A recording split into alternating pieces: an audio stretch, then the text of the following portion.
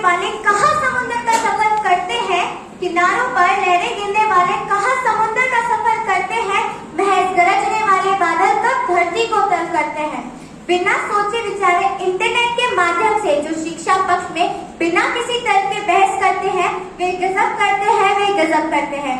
नमस्कार, मैं जागृति कटार आपके समक्ष परंपरागत व इंटरनेट से प्राप्त शिक्षा की बात न कर शिक्षा को समझाने का प्रयास करूंगी।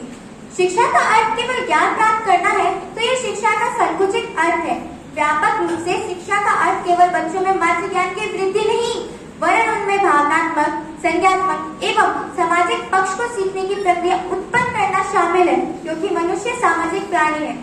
अब आप ही बताइए, क्या इंटरनेट से प्राप्त शिक्षा में बच्चों को व्यवहारिक परिवर्तन लाने की क्षमता रखता है? क्या हम यहाँ पे एक मत होंगे?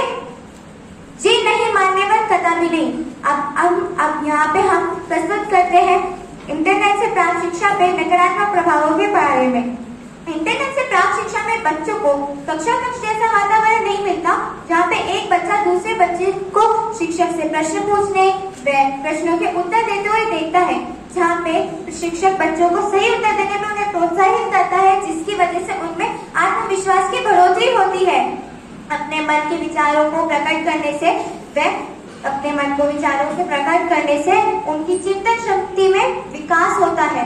इंटरनेट से प्राप्त शिक्षा से पूर्व बच्चों को कुछ व्यक्तिगत सूचनाएं देनी होती है, जिनसे उन्हें हर समय ये डर लगा रहता है कि उनकी दी गई जानकारियां कहीं सार्वजनिक ना हो जाए।